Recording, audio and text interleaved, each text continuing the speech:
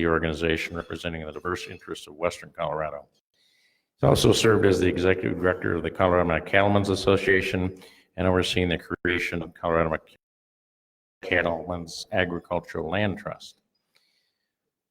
Reeves grew up on his family's fifth generation cattle ranch in eastern Montana. Later received his BS in agricultural business and a minor in economics from Montana State. Reeves and his wife have 4 children, a cat with an attitude, and a grateful heart for God's boundless grace. Reeves humbly notes, and these are his words, not mine, that having spent his formative years around cow manure, he feels uniquely qualified to work in the public policy arena. He will explain TABOR, the Taxpayer Bill of Rights, and how Proposition CC on this year's ballot proposes to change it. He will share the related consensus fiscal policy recommendations which grew out of Building Better Colorado's project, 2018 statewide conversation, which engaged almost 1,800 civic leaders in 37 communities all around the state. I was fortunate enough to participate in a couple of those. BBCO is also engaged in our fellow citizens in a discussion of Gallagher and Amendment 23. In a limited time today, he will not be able to discuss those matters. You can find more information about those on the BBCO website. Please welcome my friend Reeves Brown. Thank you very much. Is this on? Yeah, that's on. I'm going to use this because I can't stand still. Thank you so much for the invitation to come back. If every voter in Colorado was as informed as you guys are, I would have much more confidence in where our state is going. So thank you for the thoughtful and timely topics that you tee up for discussion, and thank you for inviting me back again. I'm going to run through a bunch of slides here real quick over the next 30 minutes. I'm going to share the results of the statewide conversation with you that we engaged in. And we're going to use these clickers at some point here to solicit your feedback as well. So you guys know who Building Better Colorado is, a nonpartisan effort started in 2015 that kind of just shares a collective frustration with the increasing inability of our traditional political process to bring Coloradans together to arrive at sensible solutions for the common good. Commitment that we believe that the pathway to a better Colorado really lies in identifying thought leaders in communities around the state and engaging them in a very deliberate, constructive, fact-based conversation about where we are today and empowering them to really drive the outcome of where we're going or where they'd like to see us go. We are funded by the generous support of a number of statewide foundations, the Anschutz Foundation, Betcher Foundation, Bohemian Foundation, Buell Foundation, Caring for Colorado Foundation, Gates Family Foundation, Mile High United Way, and the Piton Foundation. As Seth mentioned, we hosted our first conversation in 2015. We engaged about 1,200 civic leaders in 30 community meetings, talked about 50 different policy ideas around 3 general areas: how we amend our state constitution, how we participate in elections, particularly how unaffiliated voters participate, and we talked about the state revenue limit. And there were 5 consensus recommendations that grew out of that 2015 conversation. And subsequent to us publishing our report in February of 2016, 2 separate independent ballot initiative efforts took 3 of those ideas to your ballot in 2016. A majority of Coloradans voted for all 3. Your legislature took up a 4th one in the 2017 session. And so 4 of the 5 consensus recommendations out of our 2015 conversation were ultimately implemented either at the ballot box or in the state legislature. And that really kind of put wind in our sails and made us really in the power of engaging thought leaders in a constructive conversation and really empowering them to drive the outcome. And what we learned from that was, regardless of your zip code or your political affiliation or your skin color or your age or your gender, if you are engaged in a constructive conversation on an issue that you look at through the shared lens of the state that we love, and instead of a political ideology or an organizational agenda, more often than not, we'll agree. And to the extent that you can get thought leaders in the state to agree, they have a lot of moxie that they can leverage within their community and statewide to actually influence the broader public opinion. And so we did that again in 2019 for 5 months this year. We were in 37 communities, obviously being population proportionate, but trying to provide an opportunity for people across the state to engage in this. And this year's conversation, we talked about, as Seth mentioned, the 3 fiscal policies that we have amended into our state constitution over the last 35 years.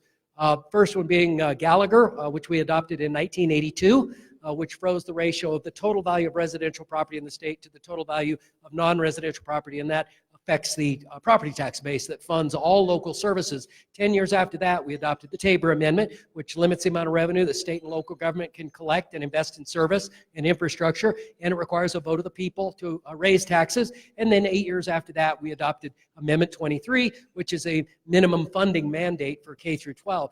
And the reason that we're talking about these 3 policies, they are the 3 fiscal policies that you have put into your Constitution over the last 35 years.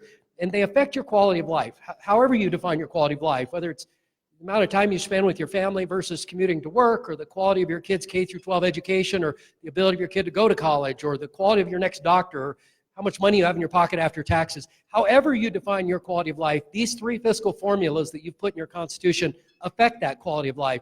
And if you don't like how they life, it's up to you to do something about it, because your legislature can't amend the Constitution. We put it into the Constitution. Only we can change it if we want to at all. And that's why we're talking to Colorado thought leaders. It's important, I think, to note that all 3 of these amendments were put into the Constitution with good intention. Coloradans don't vote against their own self-interest, right? Not knowingly. But because they are in a static Constitution that doesn't change, and we live in a dynamic world that has changed over 35 years, that's created consequences. And because we've overlaid these policies with each other in the Constitution, they interact in ways that we never could have anticipated when we first adopted Gallagher in 1982. And our message to Colorado thought leaders is not that you need to change these policies. We don't need to change these policies. They are largely working as they were intended. Our message to Colorado thought leaders is just be aware of how they're affecting your quality of life, because they are. And if you can look at a 35-year trend chart, you can see to maintain our quality of life over the last 35 years. And it's quite likely we will not be able to maintain our current quality of life over the next 35 years. And so we all, as Coloradans, are faced with only 2 choices. We either need to change our expectation of what we want our quality of life to be, and we need to be honest about that and realistic, or we need to change the policies that are driving that quality of life. It's that simple. And we are agnostic. Building Better Colorado has no policy dog in this fight. We are question. Our only opinion is we don't want Coloradans to wake up in 20 years and say, gee, what happened? Because if you can draw a straight line and look at a 35-year trend chart, you can see where we've come from, and you can likely forecast pretty closely where we're headed. So we're going to talk about the TABOR Amendment today, and then we're going to solicit some feedback from you on this. So what is TABOR? TABOR, the Taxpayers' Bill of Rights, you adopted that into your Constitution in 1992. It does a number. Mostly what we know TABOR for is it prohibits state and local government from raising any tax or creating any tax without a vote of the people. Additionally, there is a revenue limit at the state and local level. At the state level, it's based on inflation and population. The state budget is allowed to grow as fast as population and inflation, and if the state ever collects more money than population and inflation, it has to be refunded back.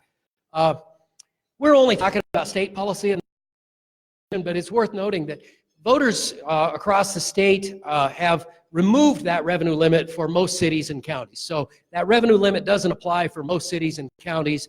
They've removed that, which still means local governments still have to ask voters if they want to raise the tax, but they're allowed to keep and invest every dollar that the voter-approved tax rate generates. They don't give refunds. The state still has a revenue limit and has to provide refunds. So what has TABOR done? What does TABOR do? Number one thing that TABOR has done for Colorado or to Colorado is it has helped keep our state budget, our tax burden relatively low compared to other states. This chart shows the average, this is the national average proportion of how much state budgets are proportion to state economies. And going back to 1997, on average, state budgets are about 9.5% to 11% of state economies. Is fully 3 to 4 points below that, between 7 and 8.5%. We have the 39th highest state tax rate, meaning there are only 11 states that have a lower state tax rate than we do, 38 that have a higher state tax rate. When you add state and local and look at the total tax burden, we're 35th, which means there's 15 states that have a lower total tax burden and 34 that have a higher total tax burden. So we have a relatively lower tax burden compared to other states, and a lot of that is due to TABOR. Okay? Second thing that TABOR does for our state is that it shrinks our state budget relative to the size of our economy over time. The state budget still grows. It grows almost every year when we're not in a recession. It grows at the rate of population and inflation for the most part, or that's how fast it's allowed to grow. But the economy grows faster than that, and because the economy grows faster, over time, the state budget represents a smaller and smaller portion of the economy. Going back to 1993, the state budget represented about 4% of the economy in Colorado. Today, it's about 3.5% of the economy. And the reason that is pretty simple. This chart shows revenues accruing to the state budget, general fund budget, going back to 1992 when we adopted TABOR. And you can see right away, we're a growth state. I mean, we know that. People are moving here. We have a robust economy. We're a growth state. But we have had our recessions. We had the 2002 through 3 recession. We had the 2008 through 10 recession. Here's the TABOR revenue limit that says the state budget can grow as fast as inflation plus population. And if we ever collect more money than that during a boom time, that excess money has to be refunded back to taxpayers. In 2005, some of you may remember Referendum C, your legislature referred that to. Coming out of the 2002 through 3 recession, we could look at what anticipated future economic growth for the state was going to be versus what the state was allowed to grow at. And we were forecasting the state was going to have to be refunding back about 15 to 20% of its $10 billion budget at the time, which would have meant we would have had to close colleges. Some of them, certainly not the flagship institutions, but the smaller colleges would have had to. And so the legislature referred Ref C in 2005. Most Coloradans voted for it. That still kept the revenue limit of population, and it just changed the base year, so it raised that up. And you can see every time we have a growth period in our economy in the late 1990s, 2000s at present, our economy grows at about the same rate of speed every time it grows. And it grows about 8 out of 10 years, give or take. And here's the TABOR revenue limit, population inflation, budget's allowed to grow that fast before Ref C and after Ref C. And hopefully you can see that the economy grows faster, at a rate faster than the state budget is allowed to grow. And the simple reason for that is the state budget per TABOR is allowed to grow as fast as inflation. And you know, the economy grows as inflation plus efficiencies. So the economy always grows faster than TABOR allows the state budget to grow. So even though the state budget is growing over time, the economy is growing faster, so the state budget represents a smaller and smaller percent of the economy. The third thing that TABOR does is that TABOR's population and inflation revenue limit doesn't allow state spending to keep up with the cost of the services that we expect the state to pay for or the population it serves. TABOR says our state budget can grow as fast as population, and it is agnostic in terms of what that population looks like. Well, in Colorado, the fastest growing percent of our population is the 65 and over crowd. Up until 2005, about 1 in 10 Coloradans was 65 or over. And we started seeing a fairly significant uptick percent of our population that was 65 and over, which it's just kind of simple math. It's the same ski bums that moved here in the late 70s and never left, and now they want health care. And so we don't expect this to level off until 2050. We have another 30 years of this aging to occur, and at that time, 1 in 5 Coloradans will be 65. That's double the percent of our population as it was 15 years ago. So fastest growing demographic in our state, and in terms of state budget and state service, it is the most expensive demographic. Even though the senior crowd only makes up 6% of the Medicaid population, it consumes 20% of the cost, which is the cost to the state share of the Medicaid partnership. So fastest growing demographic, most expensive to serve. TABOR allows your state budget to grow as fast as population, and hopefully it's not an aging population, as ours is, more so than most states. TABOR says your state budget can also grow as fast as inflation based on the Consumer Price Index, which since 1993 has grown 66%. So things like tires and toasters and tank tops and whatever. But during that same time period, cost of education, including higher ed, has grown 187%. Medical care has grown 120%.